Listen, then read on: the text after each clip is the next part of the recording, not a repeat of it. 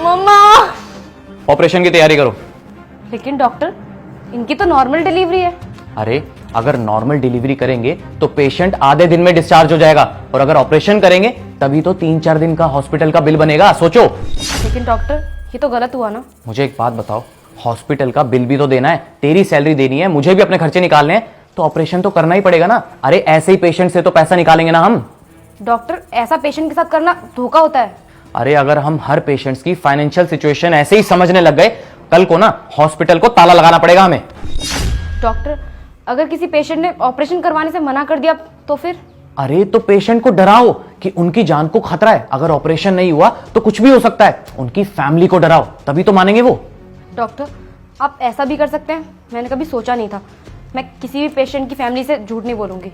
मैं ऐसा नहीं कर सकती। ठीक है, तुम नहीं करोगी तो मैं किसी और नर्स को हायर कर लूंगा और उससे ये काम करवाऊंगा। और हाँ, मेरी बात ना मानने की वजह से ना मैं तुम्हें नौकरी से भी निकलवा दूंगा, समझी? फिर ढूंढती रहना कोई और नौकरी। नहीं नहीं डॉक्टर। ठीक है, तो जो बोला है वही करो जाके, चलो। ठीक है डॉक्टर। सर, आपकी वाइफ की हालत बहुत ज़्यादा सीरियस है। उनका तुरंत ऑपरेशन करना होगा। ऑपरेशन?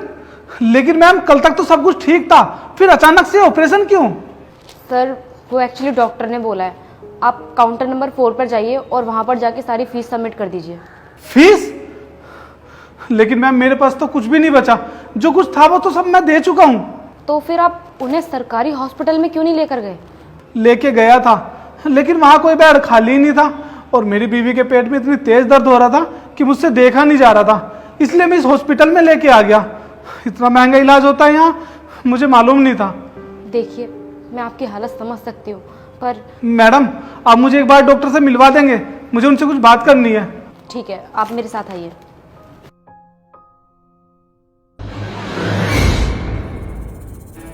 सर, वो बेड नंबर 5 की जो पेशेंट है ना, ये उनके हस्बैंड है। आपसे कुछ बात करना चाहते हैं। डॉक्टर साहब, मेरे पास कुछ नहीं बचा, जो कुछ था वो मैंने सब दे दिया। मुझे एक बात बताइए, मेरी बीवी का ऑपरेशन करना जरूरी है क्या? डॉक्टर मैं हूं या आप? हमें कोई शौक नहीं है ऑपरेशन करने का। ऑपरेशन की नीड थी इसलिए ऑपरेशन का बोला है।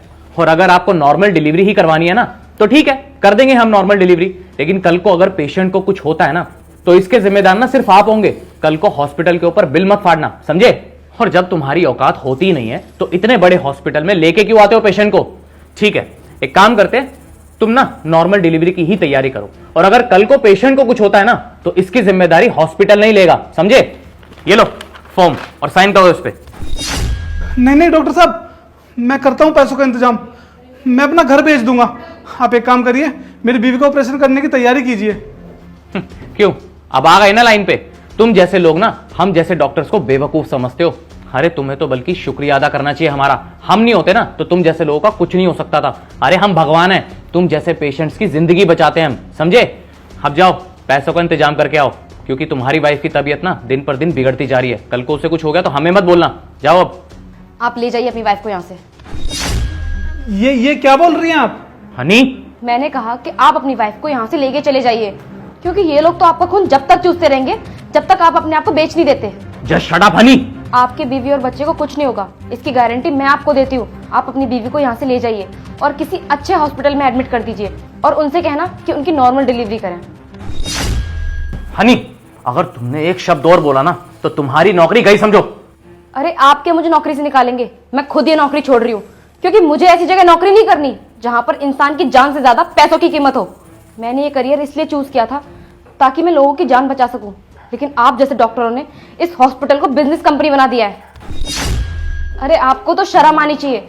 आप लोगों की फीलिंग्स के साथ तब खेलते हो जब उनका कोई अपना जिंदगी और मौत से लड़ रहा होता है, लेकिन आपको तो उनके इलाज की कुछ पड़ी ही नहीं है। आपको तो वहां पर भी अपना बिजनेस निकालना है, उन लोगों से अपना फायदा देखना है।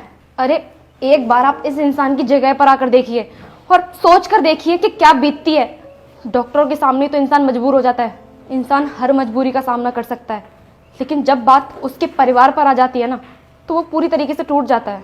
वो आप लोगों के आगे घुटने टेक देता है, और आप लोग तब उसकी मजबूरी का फायदा उठाते हो और आप क्या बोल देते हो कि आप लोग इलाज नहीं करोगे। अरे एक बार तो सोचो कि उस इंसान पर क्या बीतती होगी। आप तो बोल देते हो कि इलाज नहीं करोगे, जाओ जाकर पहले पैसे लेकर आओ। आपने एक बार भी सोचा है कि उस इंसान पर क्या बीतती होगी ये सब सुनकर?